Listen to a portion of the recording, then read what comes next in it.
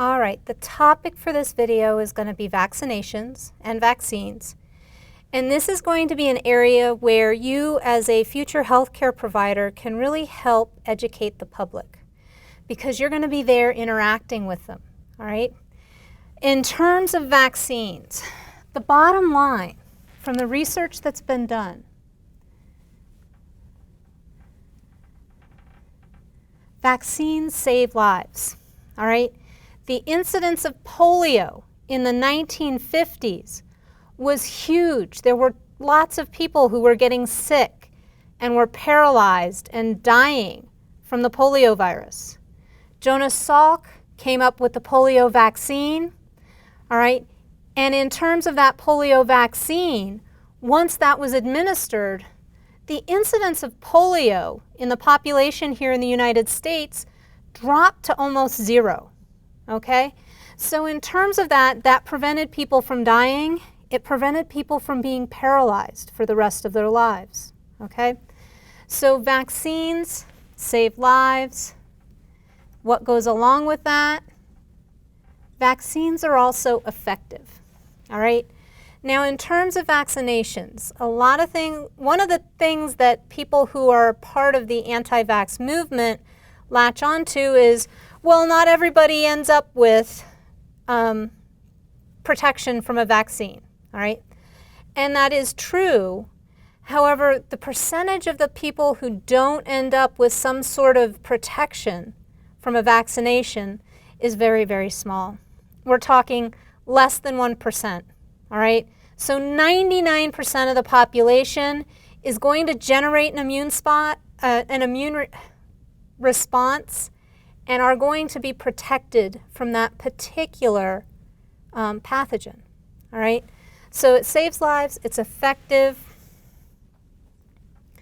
And in terms of vaccinations, it is safer to be vaccinated than not, okay?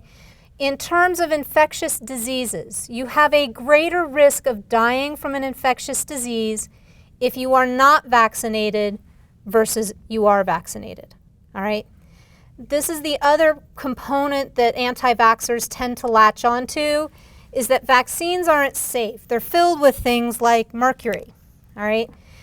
In terms of vaccines, all right, one of the things that is typically added to a vaccine is an adjuvant, all right? And something that's an adjuvant essentially helps stimulate an immune response, all right? So there are some things added to the vaccine other than just what you're protecting against. Because if you're going to inject something, you want to make sure that you stimulate that immune response, okay? And typically, people who have an adverse reaction to a vaccination, it's usually the stuff that's added to it that they're actually having the allergic reaction to, not the vaccine itself, okay? So in terms of that, again, vaccines are safe. We're talking about a very, very small percentage of the population that will have an adverse reaction to a vaccine, all right? And in terms of vaccines, I think really what we're suffering from here in the country is a little bit of social amnesia related to disease, all right? If you go back, my grandmother is 97 years old, all right? She's still doing well.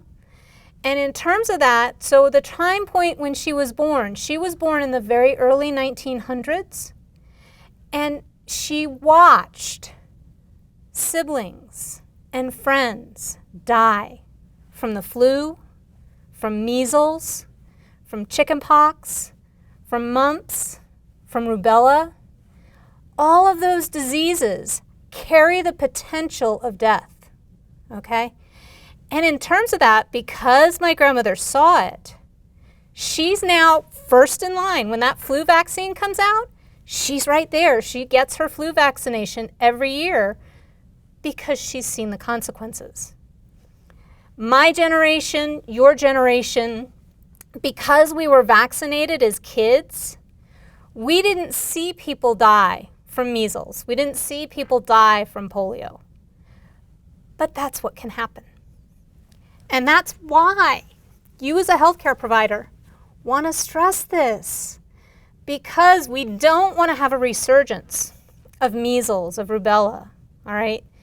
And in terms of that, what we're seeing now with outbreaks in the United States of measles, all right? A few years back, it was in the news. There was an outbreak of measles associated with Disneyland, all right? Somebody's child was not vaccinated, had the disease, exposed other people to it who were not vaccinated. And in terms of that, we don't want to see that come back into the population because we have a way to prevent it. And the way to prevent it is with vaccinations, okay? So I want you to keep that in mind as you're going into your careers, all right?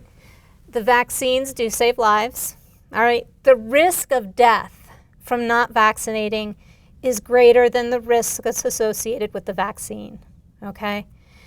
That's what the bottom line is. That's what the current research tells us, all right? The other big thing that anti-vaxxers latch onto, and they still are latching onto this even though it's been disproven, is the link with vaccines and autism, all right? Because in terms of that, all right, there was a study in I think it was either the 1980s or the 1990s that showed correlation in the timing of vaccines and the development of autism. The problem with that study is that it was flawed. It was a small population that was studied. And in terms of that, every study that's been done since has not supported vaccines causing autism. Studies with autism are showing now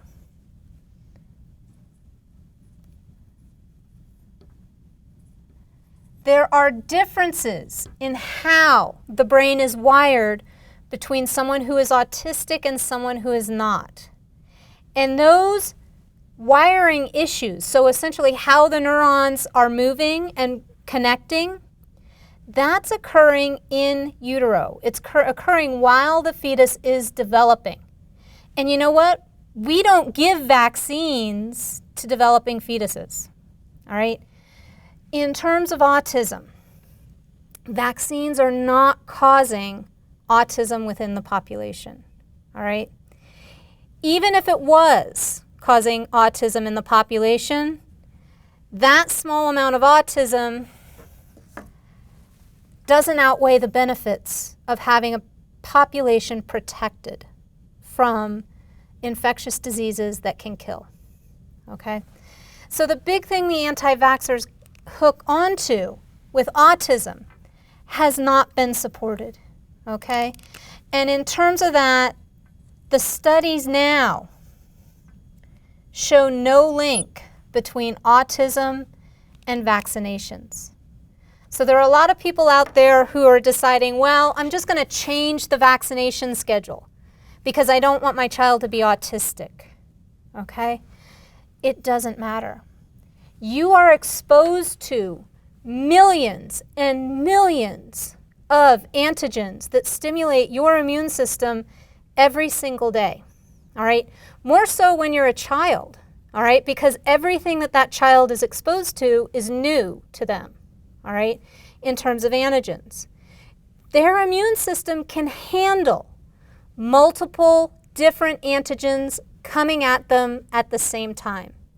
So spacing out vaccinations, really all you're doing is you're making your child cry more often, because every time you take your kids in to be vaccinated, it hurts. The needle stick is not fun, but it's short and it doesn't last long, and they get that acquired immunity, okay?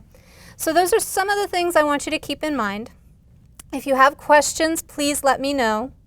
The next videos I'm going to talk a little bit about the differences between some different types of vaccines and how those are administered and used. All right. Thank you.